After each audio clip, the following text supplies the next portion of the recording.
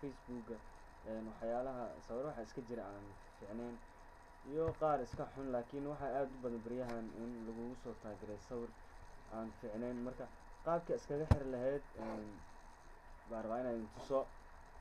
sida hore calaamadaas falaarta baa taabanaysa ka bacdi sitika imaanaysa sidaad halkan wada jeedaan falaarta gacanta la socda timeline and tagging baa tegaysa taas markaad ku dhufatid ka bacdi muhiimaddu waxa waaye halkan kore inaad timaadid who can add things to my timeline marka halkan waxa ku qoran friends asxaabtaada dhan inay kugu soo taageeran karaan timeline-kaaga xitaa wax walba ku qori karaan marka adiga u fasaxday sidii iskaga xiri lahayd baan tusayaa edit baa leedahay ka bacdi edit markaa dhahdi halkan saad wada jeedaan friends and only me baad ka dhigaysaa marka hore saa usoo geshid aad timaadid friends bay kuu tahay laakiin only me dheh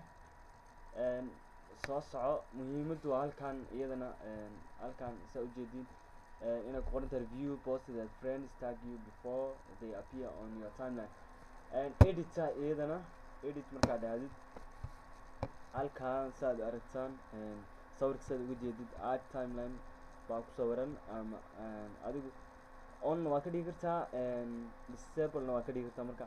hadda waxaan ka dhigaynaa disable oo hide ah and enable sax rally aad asxaabe enable baan ka dhigayaa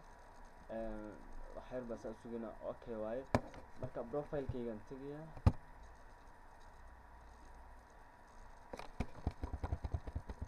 profile-kayga markaan tago marka sawir dambe oo cidna igu soo taageeranaysa ma lahan timeline-kayga waa kana and cid waxay ugu soo si kastaba qofka oo wax kugu soo taageeranayo oo taaga kugu wada markii hore kuguma soo taageeran kara haddii kadib waayo wuu kugu daalaya wixii kugu soo taageeray adiga keliya unbaa arkaysa halkaa timeline-kaas kugu soo saaraya adiga keliya arkaysa kuguma asxaabtaada arki mayso insha allah ka faa'iidayso wacan wixii